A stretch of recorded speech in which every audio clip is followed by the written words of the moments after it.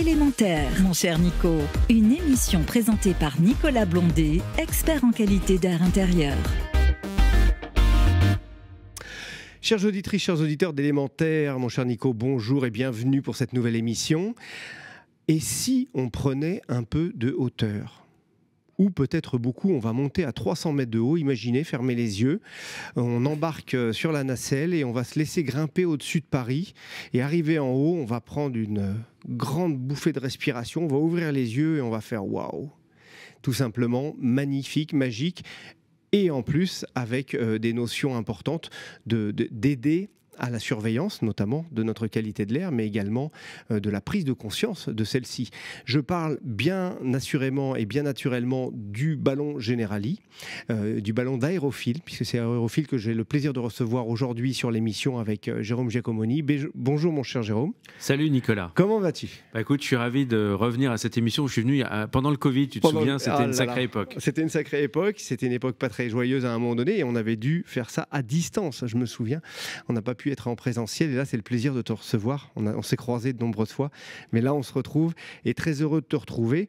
Et notamment ce ballon, on en parlait, ce ballon qui est dans le parc André Citroën à Paris. Il y a un autre ballon et d'autres ballons qui existent, mais il y en a un qui est maintenant très célèbre, on viendra dessus tout à l'heure. Moi j'ai envie de te poser une question, mais d'où vient cette idée, toi et Mathieu et surtout, quelle belle histoire, raconte-la nous.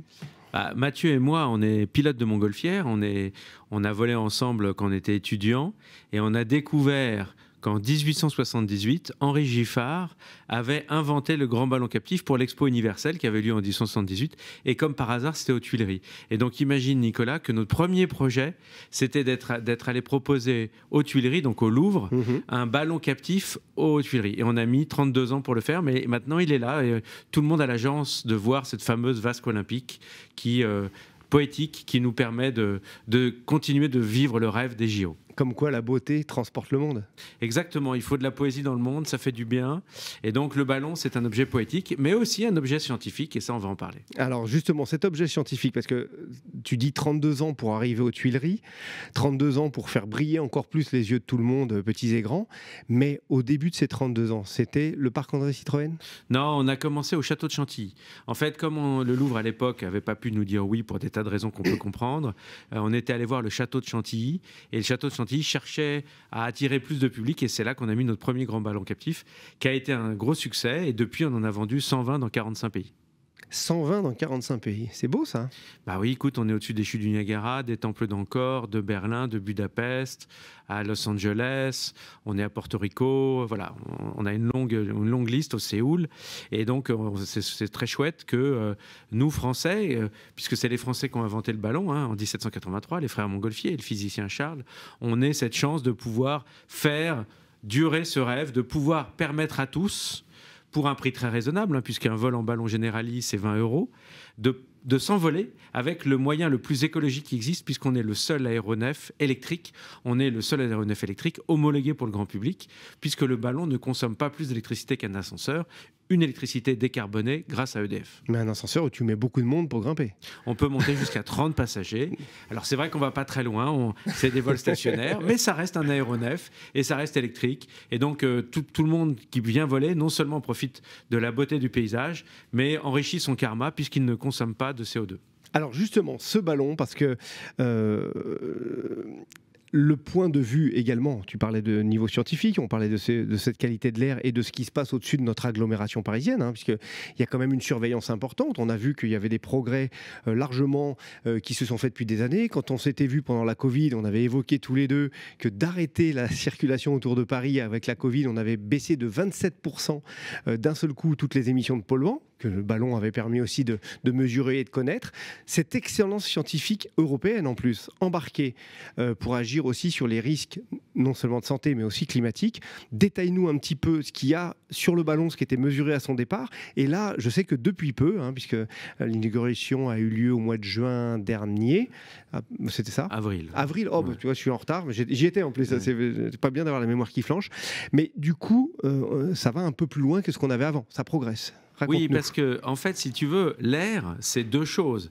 C'est bien sûr les polluants pour la santé humaine, mais c'est aussi les polluants pour le réchauffement climatique.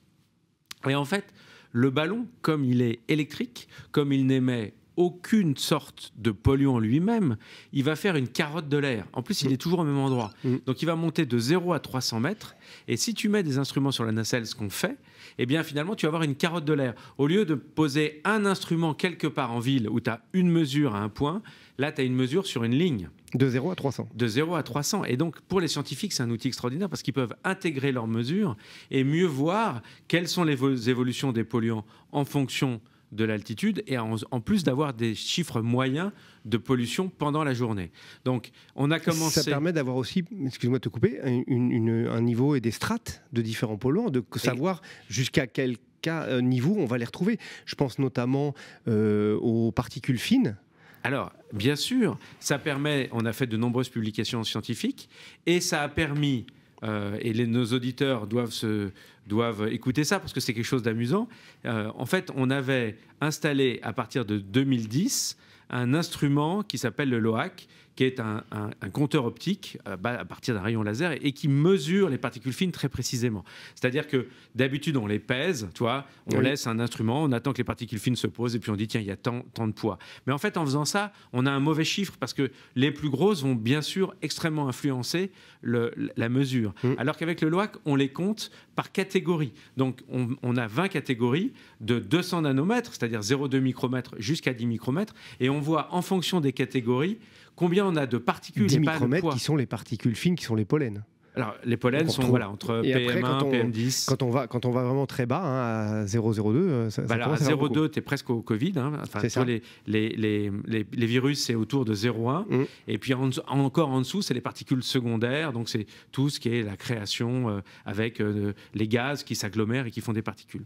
Eh bien, grâce à ces mesures, on a découvert qu'en décembre 2012, à une période où c'était très pollué, parce qu'on avait eu un phénomène d'inversion de température, tu sais, c'est les journées d'hiver où il fait très beau, mais très froid, et là, il n'y a pas un pet d'air, rien ne bouge. Et tout stagne en plus. Tout stagne, ça se concentre, et pof, on arrive à battre tous les records en nombre de particules ultra fines et fines, mesurées par le LOAC, alors que les instruments de mesure n'avaient pas obligatoirement vu, parce qu'en poids, ce n'était pas beaucoup. Parce que souvent, les chauffages, les choses qui sont très chaudes, cassent vraiment les particules, sont des toutes petites.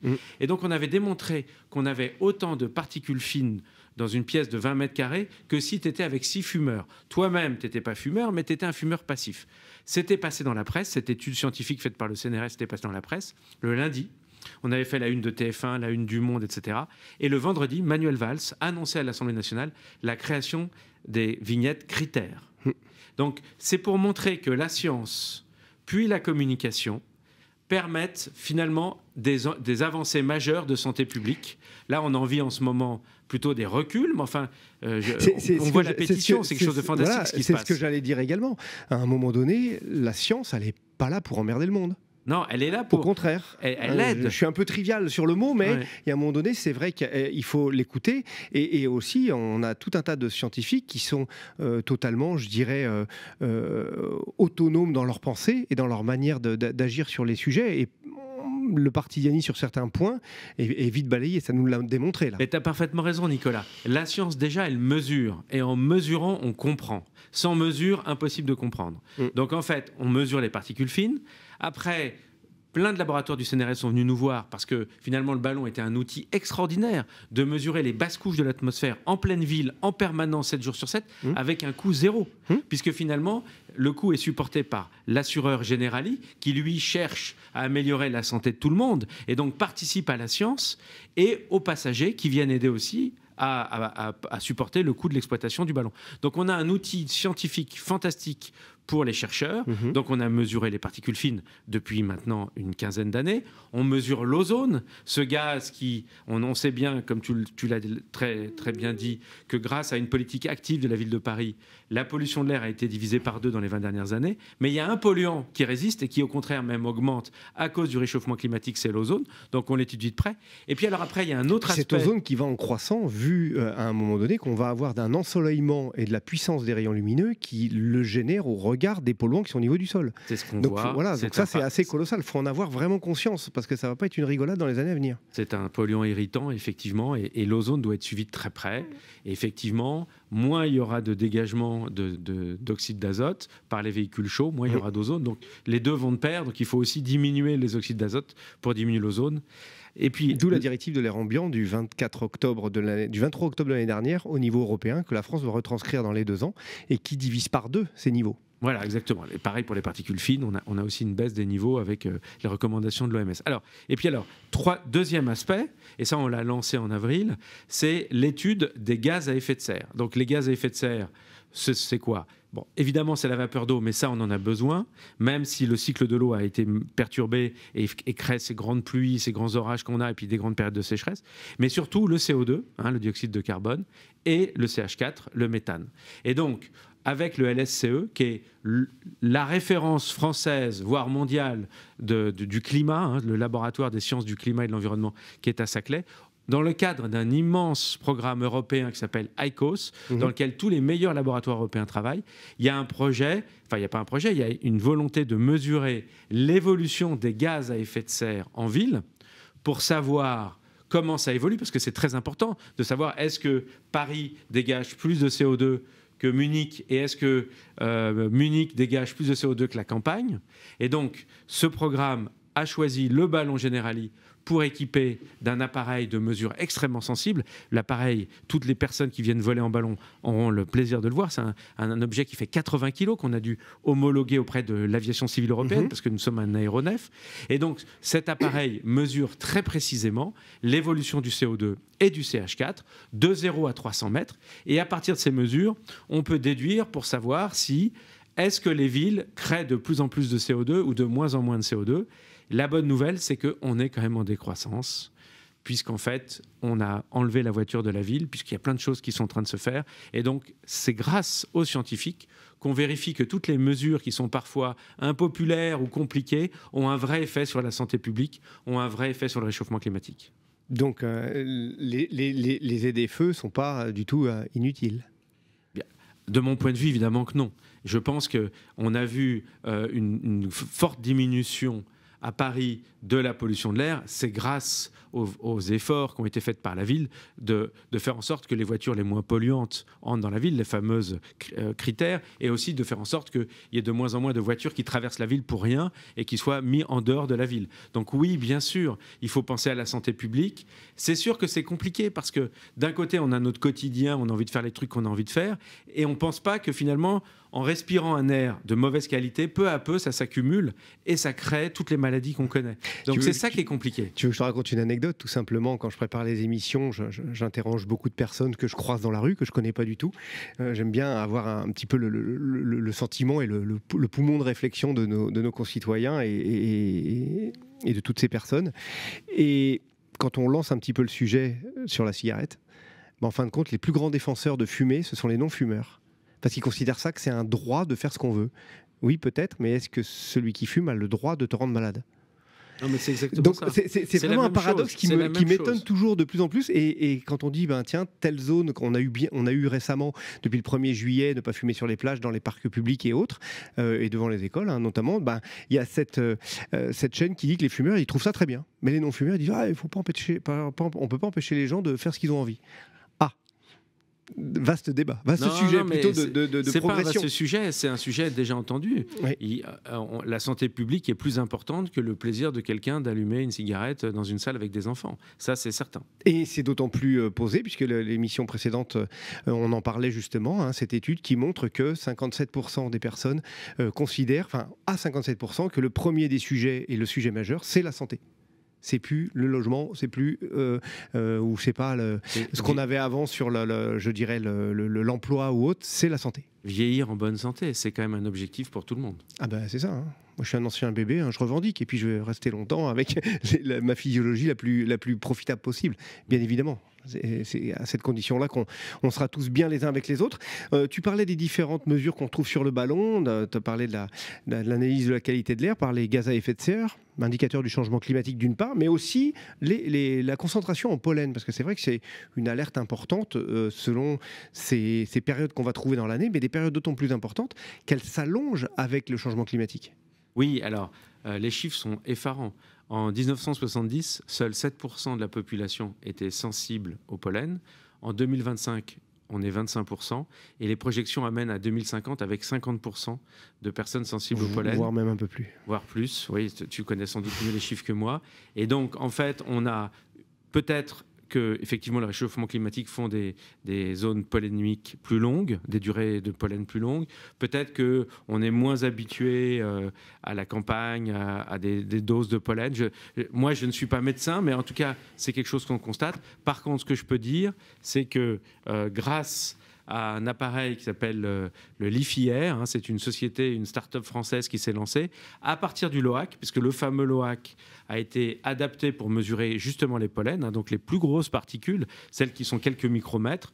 Eh bien, on identifie aussi les pollens, on identifie les types de pollens. Et donc, à bord du ballon, on a mis un appareil qui mesure les pollens. Et grâce à Jean-Baptiste Renard, qui est chercheur au CNRS, il a fait une publication. Et c'est la première publication sur ce domaine qui montre comment le pollen se répartit de 0 à 300 mètres d'altitude, comment le pollen est transporté en fonction de sa typologie, de son poids, etc. Et donc, c'est très intéressant de voir comment le pollen se répartit avec le vent, avec la distribution dans l'atmosphère de Paris. Au travers de ces études ou ces expériences notamment et ces relevés qui sont faits grâce au ballon, est-ce que ces études, on les retrouve sur votre site ou à d'autres endroits? Tous les jours, tu peux aller sur le site internet ballondeparis.com et tu vas voir combien il y a d'ozone dans l'air, combien il y a de particules fines. Et ensuite, on a un partenariat avec Copernicus. Tu sais, Copernicus, qui est un grand programme européen, qui est à la fois très connu et peu connu. Donc, c'est un programme européen qui mesure tout sur Terre et qui est là pour surveiller la Terre et pour nous aider, nous, citoyens. Et donc, on travaille avec Copernicus et le CMWF. Le CMWF, c'est la météo européenne. C'est la météo européenne. Et eux, ils ont en charge l'atmosphère et le réchauffement climatique. Et donc, quand tu entends à la radio que le mois de juin 2025 a été le 3e mois le plus chaud jamais enregistré, c'est Copernicus qui donne ces informations. Elle récupère ces données depuis les satellites qu'elle a. Elle a 10 satellites tout autour de la Terre qui mesurent en permanence. Et donc, elle a des données irréfutables. C'est la science, c'est des mesures. Et donc, avec Copernicus, on a décidé de sensibiliser le grand public sur le réchauffement climatique en donnant des chiffres. Et les chiffres sont assez effrayants, puisque en 2024, la planète Terre était 1,56 degrés plus chaude que pendant la période qu'on appelle la période de pré-industrialisation, c'est 1850-1900. Ça, c'est déjà une nouvelle. On a dépassé les fameux 1,50 de l'accord de Paris, mais l'Europe se réchauffe 2 fois plus vite. L'Europe se réchauffe 2 fois plus vite pour des tas de raisons que je pourrais expliciter si on a le temps. Mais en gros, l'Europe, c'est 2,96 degrés. Alors, on ne dit pas aujourd'hui qu'on a dépassé 1,50 parce qu'en fait, il faut, comme c'est de la climatologie, il faut qu'il y ait au moins 10 ans de référence. Mais Copernicus a projeté ces chiffres et pense qu'en septembre 2029, on aura dépassé le seuil de 1,50 des accords de Paris. Les accords de Paris ont eu une immense vertu, un immense intérêt, c'est de donner un chiffre. C'est de faire comprendre au public que 1,50 c'est déjà beaucoup trop. Et donc là, on voit, grâce aux accords de Paris, que 10 ans après les accords de Paris, parce que les accords de Paris, leur 10e anniversaire, c'est en novembre, ou même en décembre, c'est le 12 décembre, on est déjà beaucoup trop avancé dans ce réchauffement climatique. Donc le ballon, il a un objectif à la fois scientifique. D'autant plus, tu parles de scientifique, mais de prise en compte. Nous, on le voit dans la conception des bâtiments et des réglementations qui sont associées. On retourne sur les 30 dernières années météorologiques pour considérer nos bâtiments.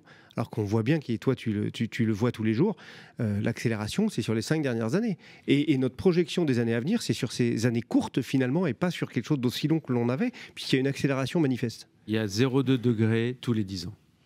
Colossal. Donc c'est colossal, et il y a effectivement peut-être des boucles de rétroaction négatives, puisqu'en fait, là, par exemple, il y a eu un article qui est passé, le fait que la Chine ait drastiquement réduit sa pollution de l'air, ce qui est très bien pour les poumons des Chinois, eh bien, ça a augmenté le réchauffement climatique parce que les polluants souffraient, renvoyaient la lumière. Oui. Donc, tu vois, tu as des cercles. De même, le fait que tous les effets induits, tous les effets indirects, les cocktails...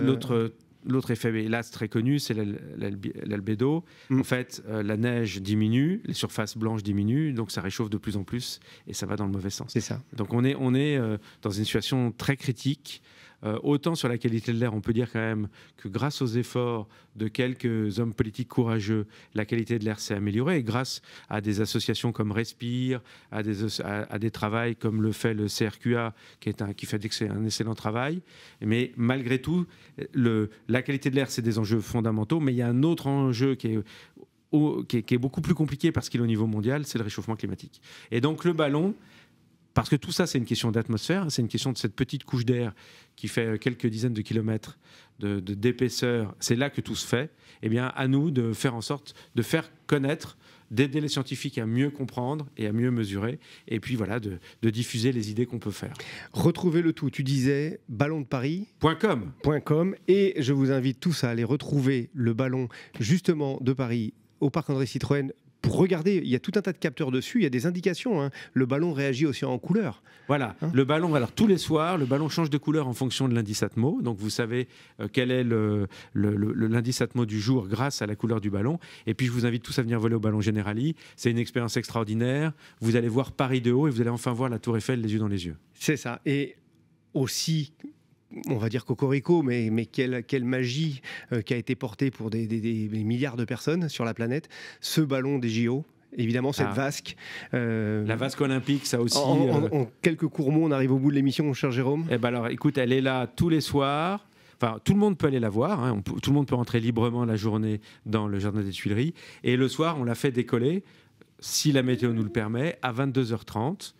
Pour un vol jusqu'à 1h du matin. Et c'est vrai que c'est un spectacle magnifique de voir cette jolie vasque voler au gré du vent, avec conçue par Mathieu Lehanner, financée grâce à EDF et grâce au solde des JO. Il ne faut pas l'oublier, c'est quand même de l'argent qui vient à la fois d'EDF et du solde, du succès, hein, parce que tu sais qu'il y a une soute de plusieurs dizaines de millions du COJO, et ils ont voulu transmettre et continuer à donner cette belle image de la France avec le ballon vasque olympique. Donc on est ravis de pouvoir l'exploiter pour le compte d'EDF et de la présidence de la République. Eh bien, on a pris plein d'étoiles dans les yeux au travers du ballon qui va nous emmener. La France est belle, on va dire ça. La France est magnifique. Et l'intégralité de ses acteurs aussi. Hein, on est tous en raison acteurs de notre nation et du rayonnement et des exemples qu'on peut donner partout. Soyons vigilants et soyons acteurs de tout cela. Hein. Renseignons-nous, prenons le temps, tu l'as dit, le scientifique, à un moment donné, c'est irréfutable. Et à un moment donné, il ne faut pas se dire non, j'ai raison plus que les scientifiques. Avoir raison sur des personnes qui viennent de passer 4 ans à étudier quelque chose de sérieux, ça s'efface pas en un coup de doigt, simplement parce qu'on a envie de voter quelque chose qui est peut-être plus ou moins sérieux, tout simplement. Merci beaucoup, mon cher Jérôme. Mes amitiés à Mathieu et à toute ton équipe. Et puis à très bientôt sur le plateau d'Élémentaire. Et puis n'hésitez pas, le Ballon Generali, il est au Parc André Citroën pour vous accueillir. Celui des JO, il est au Parc des Tuileries. Finalement... il y en a aussi à Disneyland Paris. Évidemment, c'est on a un 3e ballon en région parisienne à Disneyland Paris. Ceux qui vont à Disney, n'hésitez pas, sur le lac, là, à côté de l'hôtel New York. N'hésitez pas à vous envoler pour rêver. Et surtout, prenez soin de vous et profitez bien de cet été et de cette reprise qui va approcher. À très bientôt. Merci Jérôme. Merci Nicolas, ravi. À bientôt. Salut. À bientôt. Élémentaire, mon cher Nico, une émission à réécouter et télécharger sur le site et l'appli Radio Imo et sur toutes les plateformes de streaming.